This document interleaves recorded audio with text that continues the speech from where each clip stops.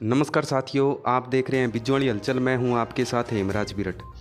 गांव बिज्जुवाड़ी व मुन्नावाड़ी की संयुक्त श्री कृष्ण गोपाल गौशाला में चल रही श्रीमद् भागवत कथा के तीसरे दिन मुख्य अतिथि के रूप में जननायक जनता पार्टी के राष्ट्रीय अध्यक्ष डॉक्टर अजय सिंह चौटाला पहुंचे।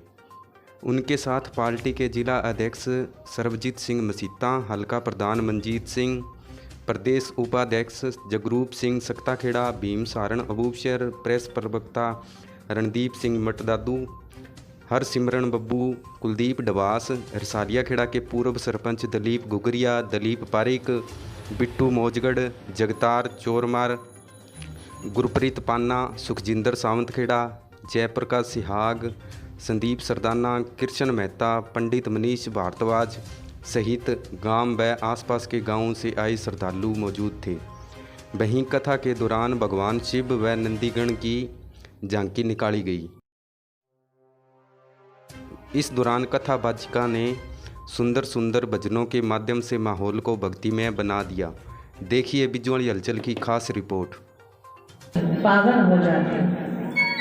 जब किन्हीं संतों का आगमन होता है तो मैं पावन हो जाती हूँ। और स्वयं गौ माता जब यहाँ मेरे पास आती है, उनके चरणों का जब स्पर्श मुझे मिलता है तब मैं पावन हो जाती हूँ, पवित्र हो जाती हूँ। तो मुझे भी पवित्र करने वाली है गौ माता के चरण।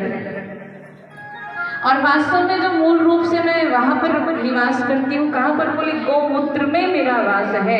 तो जिस धारा में आकर सभी मानव संतान जीव अपने अपने समस्त पापों को धोने का भाव रखते हैं, तो वो और रूप है, लेकिन वास्तव में मैं गौमूत्र में रहती हूँ, गौमूत्र में मेरा वास है।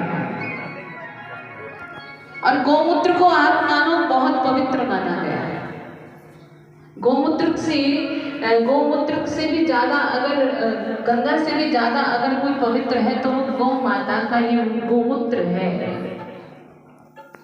और इसको अगर आप एक प्रसाद के रूप में ग्रहण करो या इसे एक औषधि के रूप में ग्रहण करो तो हर प्रकार से ये लाभदायक है।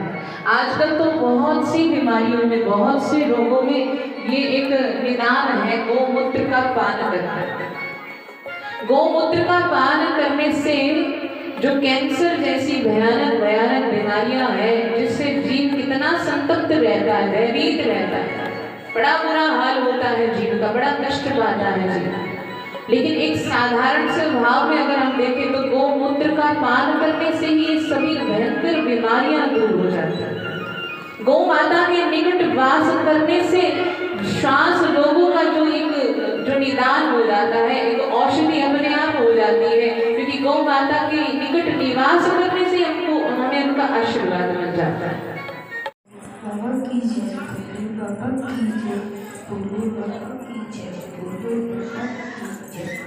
मैं भोले बाबा से पूछने आया हूँ कि मृत्यु लोक में मुझे भेज तो दिया, वहाँ मेरा धर्म करना है। यही रुको, मैं भोले बाबा से पूछ कर आता हूँ। जय भोले बाबा की जय, भोले बाबा की।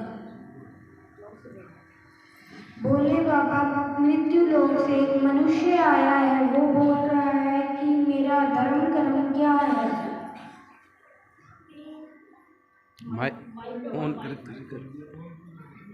बारी भजन और एक बारी भोजन, बस इतना ही करना है।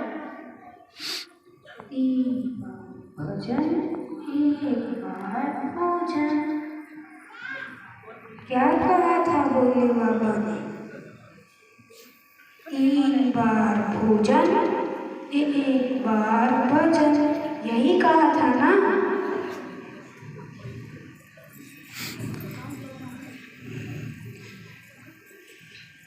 तीन बार भोजन, 1 बार भजन,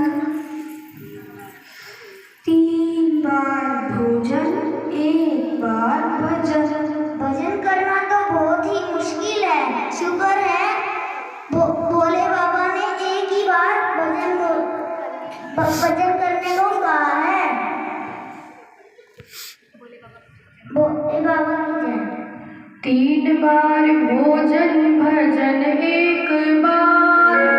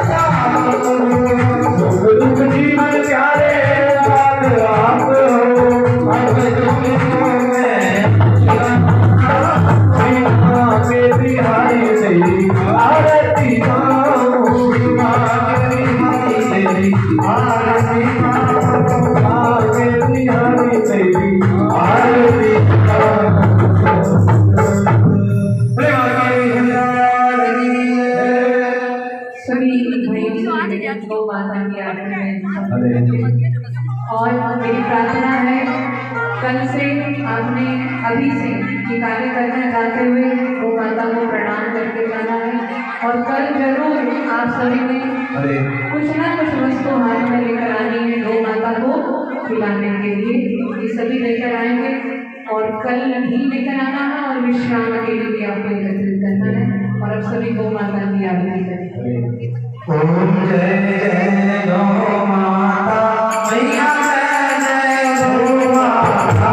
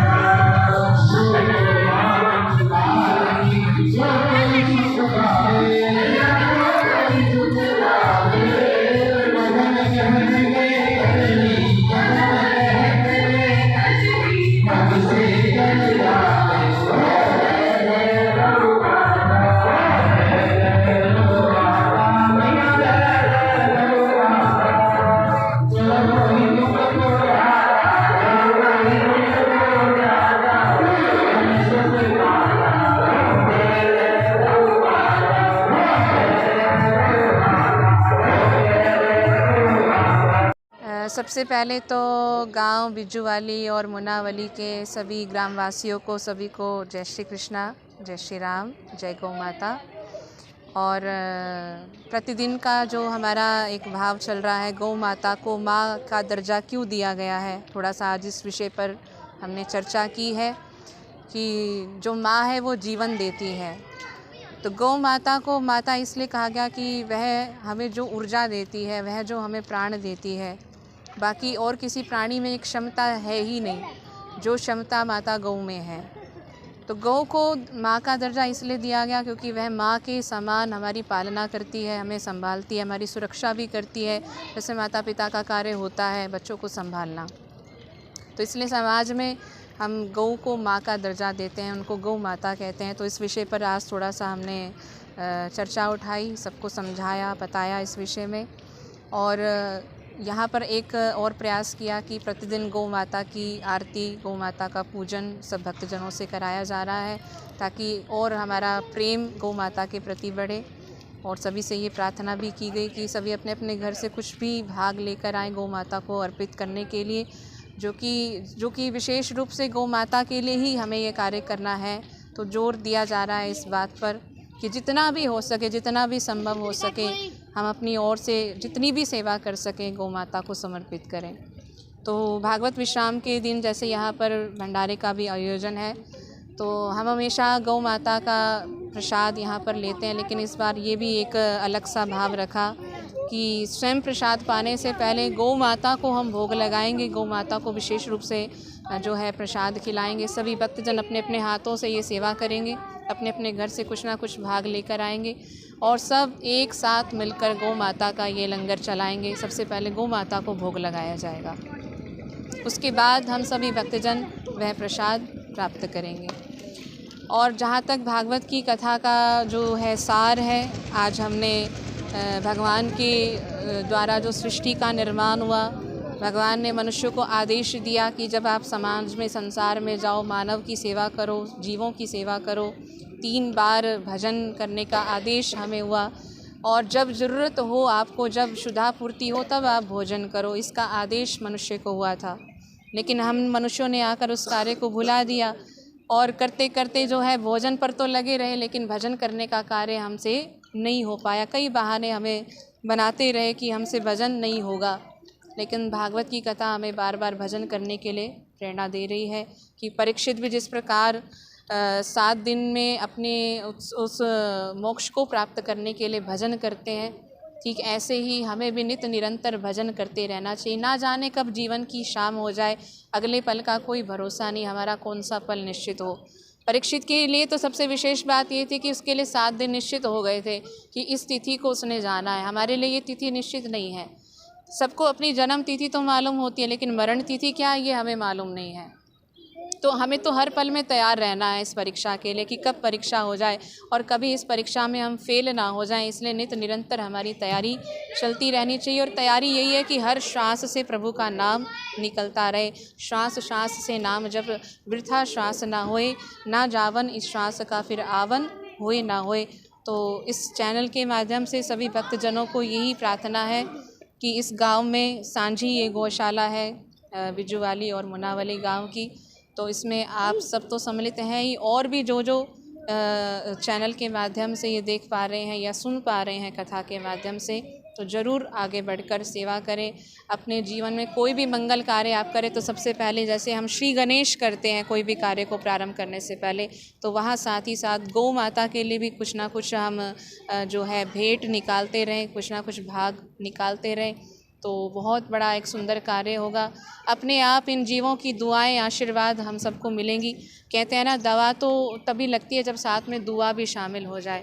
तो इन जीवों की दुआएं, इनका आशीर्वाद हमें मिलेगा तो कोई भी कार्य कभी भी हमारे लिए छोटा नहीं होगा, सब अपने आप मंगलकारी हो जाएगा। तो यही सूचना है सभी ग्रामवासियों के लिए। जय श्री कृष्ण।